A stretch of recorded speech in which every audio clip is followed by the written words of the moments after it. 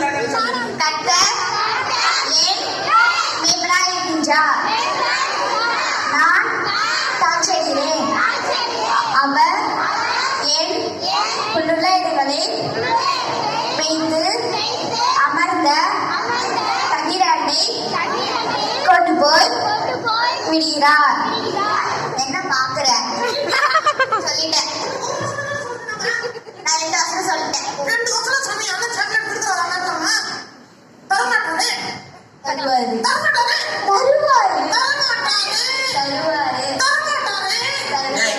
இப்ப பார், அவங்க சொன்னதுக்கு நான் சாக்லேட் கொடுக்க போறேன். பத்தியா சாக்லேட் வாங்கிக்கமா?